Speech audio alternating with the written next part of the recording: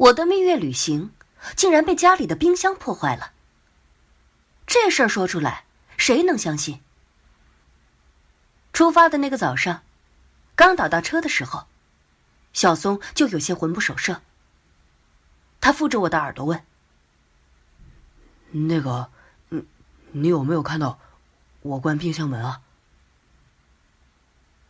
一听小松问这句话，我就气不打一处来。婚后短短1个礼拜，他问这句话的次数，比婚前3年多说我爱你的次数还要多。之前我也大概知道小松有点强迫症，比如下楼梯一定要先伸左脚，如果先伸了右脚，就退回去重新走。地上有格子的时候，一定要踏进格子里面，鞋子绝对不能踩到线，踩到了就要跺3下脚。从电梯到门口的步数一定要是双数，不是双数就原地踏步补足。不过恋爱时你侬我侬，我只是把这些小小怪癖当做了他与众不同的可爱之处。唉，太天真了。等到婚后住在了一起，我终于发现，小松之前那些表现根本只是冰山一角。比如晚上睡觉的时候，我说的睡觉没别的意思，每次他都要拍半天自己的枕头。最开始还试图拍我的，被我坚决拒绝了。如果我们用的是鹅绒枕头，那他这个欧式贵族式的习惯倒也没有什么不妥。可我们用的是我妈妈自己灌装的荞麦皮枕头啊。有一天晚上，我就趁他半夜去洗手间，把我们2人的枕头换了。等他回来，我就继续装睡，结果真睡着了。不知道睡了多久，我突然觉得不对，睁开眼睛一看，小松蹲在那儿直直地瞅着我。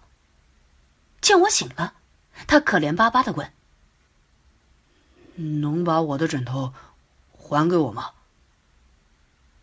真是怪了，2个枕头一模一样，也不知道他怎么分辨出来的。真到了睡觉的时候，好吧，这次有别的意思了，我就更崩溃了。准备的差不多了，他却让我起来，他要换床单。不止床单，被套枕套都要换。明明是干净的床单，非要换掉。等他换好，我都快睡着了。等正事办完，他居然又叫我起来，还要换床单，把之前的床单换回来。正事没几分钟，换床单用了快1个小时。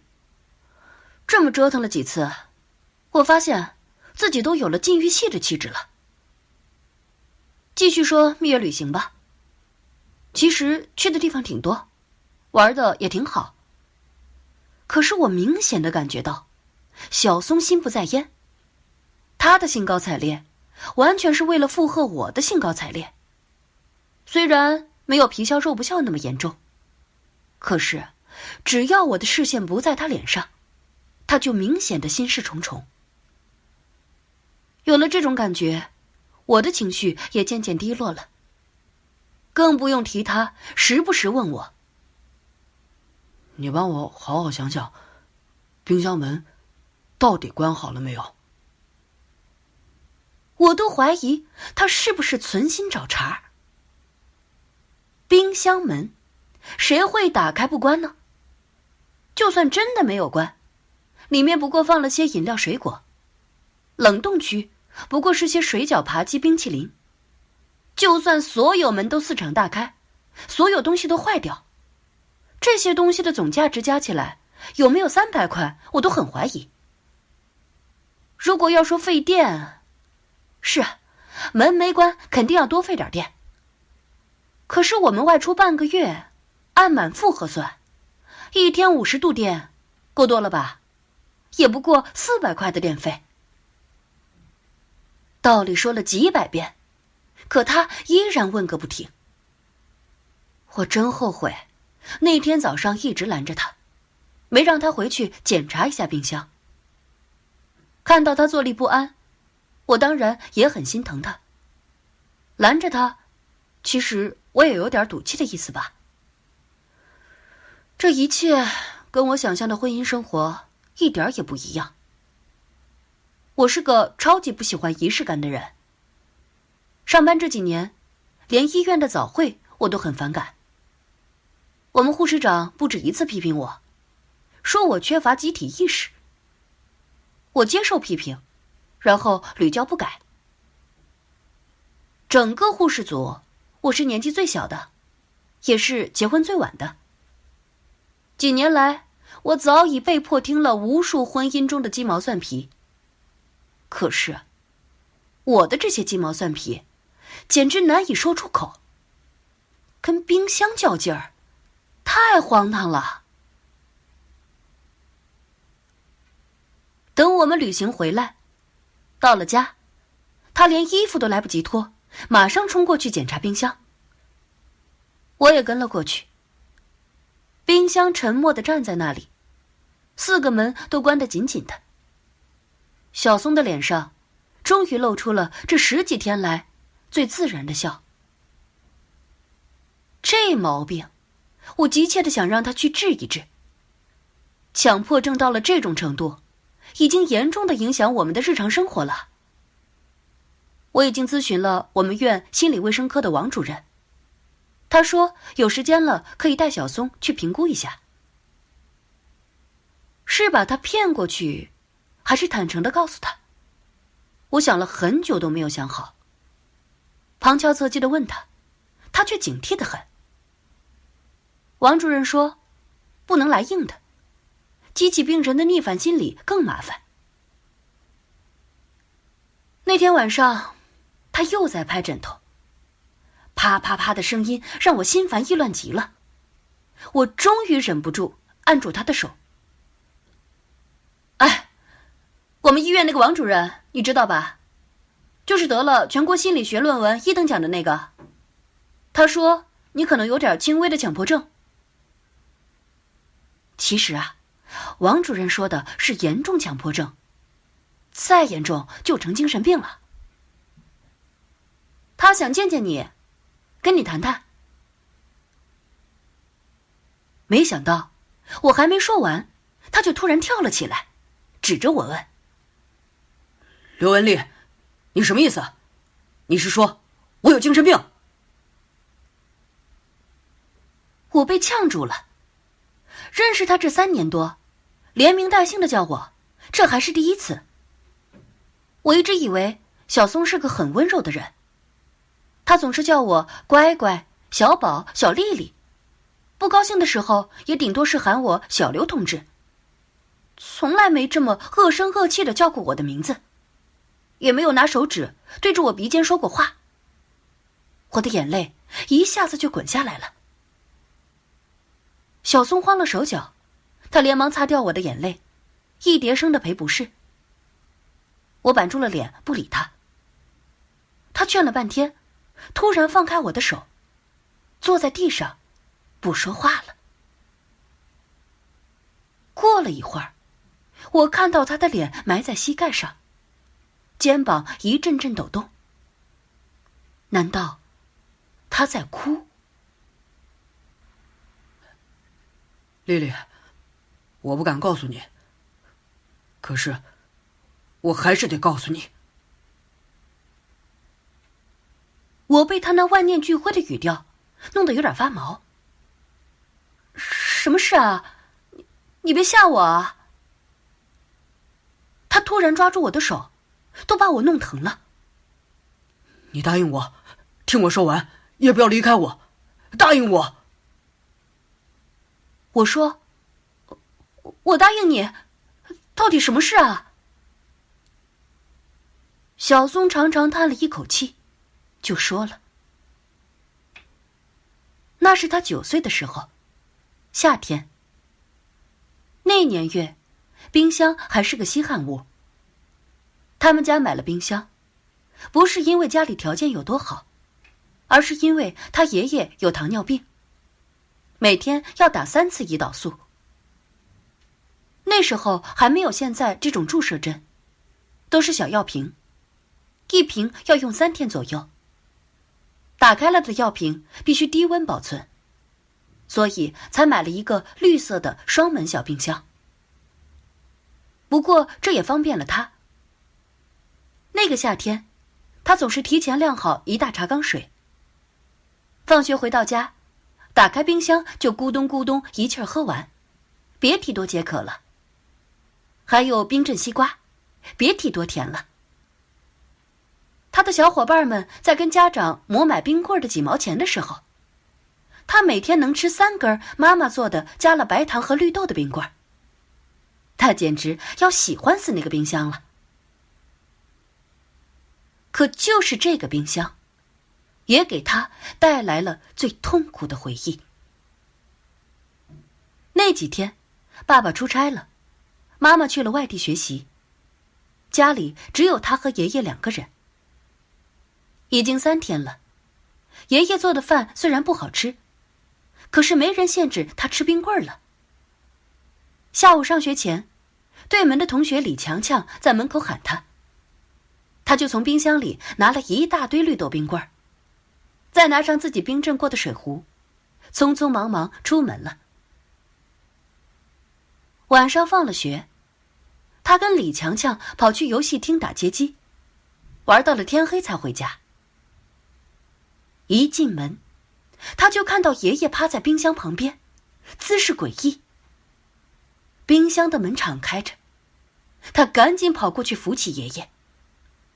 可是爷爷的胳膊是冰凉的，他吓得魂儿都快没了。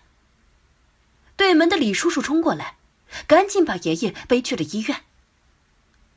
可是大夫说，爷爷已经死了。爸爸妈妈都连夜赶了回来，爸爸扬起了巴掌要打他，妈妈护住了。原来竟是他没有关好冰箱门，导致爷爷的胰岛素受热失效了。爷爷给自己打了失效的胰岛素，然后就休克了。接下来很快深度铜中毒了，各种电解质都紊乱了。小松说，我忘记了关冰箱门，我杀了自己的爷爷。我在外面打游戏的时候，爷爷正一个人躺在地上挣扎。我是个杀人犯。丽丽，你还愿意跟我在一起吗？我听完没说话，琢磨了好半天。作为一个在内科混了几年的护士，虽然业务不怎么样吧，我也能感觉出这个故事有点不对劲儿。中午没关冰箱门，下午胰岛素就失效了，而且一餐没注射，就休克死亡了。我问小松，你确定自己没关冰箱门？小松说，一开始我不太确定，后来想想，李强强在外面催我，肯定是没关。我说，你别肯定啊，到底是关了还是没关？他说，没关，确实没关。我伸手把他的头拨弄到我胸前，抚摸着他的头发。我们都好久没说话。第二天下午，我请了假，去了郊区的夕阳红养老院。我是去找小松母亲的，她在那里做护工。她的母亲，说来可笑，我竟然只跟她见过3次面。第一次是街上偶遇，第2次是见家长，第3次是婚礼。小松母亲不喜欢我，这我当然是知道的。可是他是在知道我的职业后才讨厌我的，这就让我很是费解。我是护士，他退休前也是，没有理由同行还要歧视同行啊。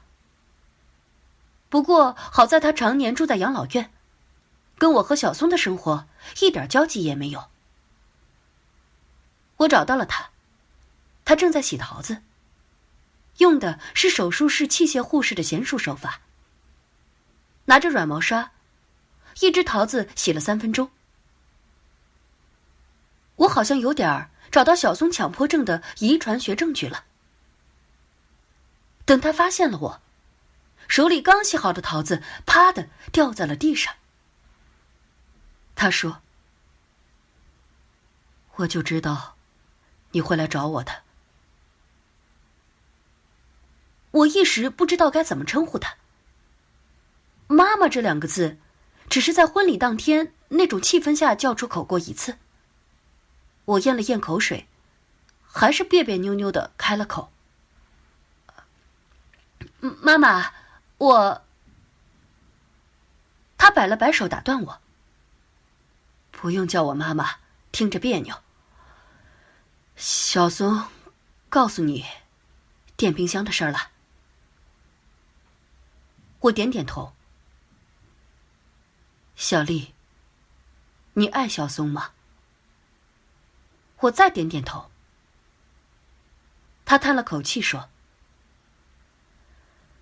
唉，我就知道这事儿瞒不过你。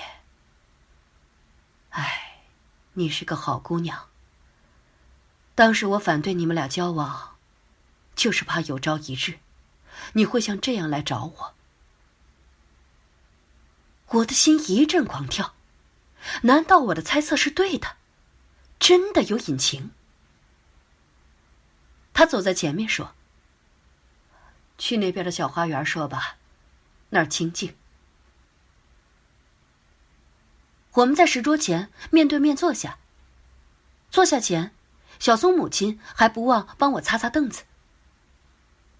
我突然觉得，他好像也没有我印象中那么坏。他说：“你真的想知道吗？有些事，其实不知道更好。你要想好了。”我说：“我想知道，小松他有病，他的心结不解开，他的病好不了，他每天都生活在痛苦中。”他打断我：“他那点痛苦算什么啊？这孩子就是太脆弱，从小就这样。唉。”我说：“小松没关冰箱门，这肯定不是他爷爷的死因。按他使用的剂量，他的病情并不是特别严重，不会一餐没打就产生酮体的。”小松母亲看了我好久，我一直滔滔不绝地说着我的推理。等我说完了，她还是半天没说话。过了好久，她站起来，背对着我：“确实不是小松没关冰箱门的问题，是我把那个死老头子的胰岛素换成了生理盐水。他连着打了3天的生理盐水，就是神仙也救不活他了。”我站起来惊呆了。您为什么要这样做啊？他依然背对着我说：“小松的爸爸，他是怎么死的？你知道吗？”听小松说，是他10岁那年的冬天，重感冒，输液反应死的。他说：“没错，他对青霉素高度过敏，所以输液只能输其他替代药物。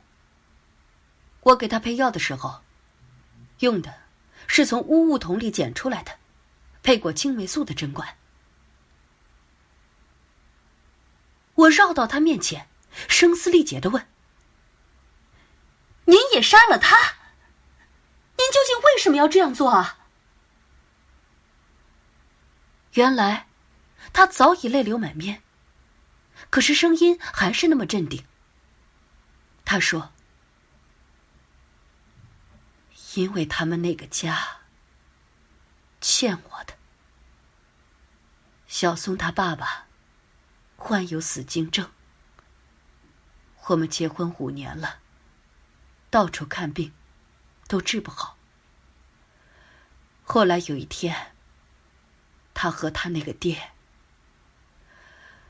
他们给我灌了安眠药。等我醒了，我就有了小松。他们死活都不承认。小松9岁的时候，我终于存够了钱，借口出差，去做了亲子鉴定。那时候，做亲子鉴定，只有北京和上海那么2个地方。那2个地方我都去了，结果都一样。我的猜测是对的。等我回来时，我的心里恨极了他们。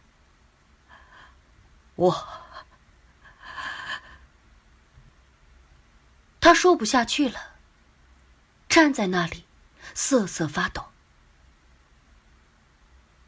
我突然好后悔来找他，我为什么要知道这些？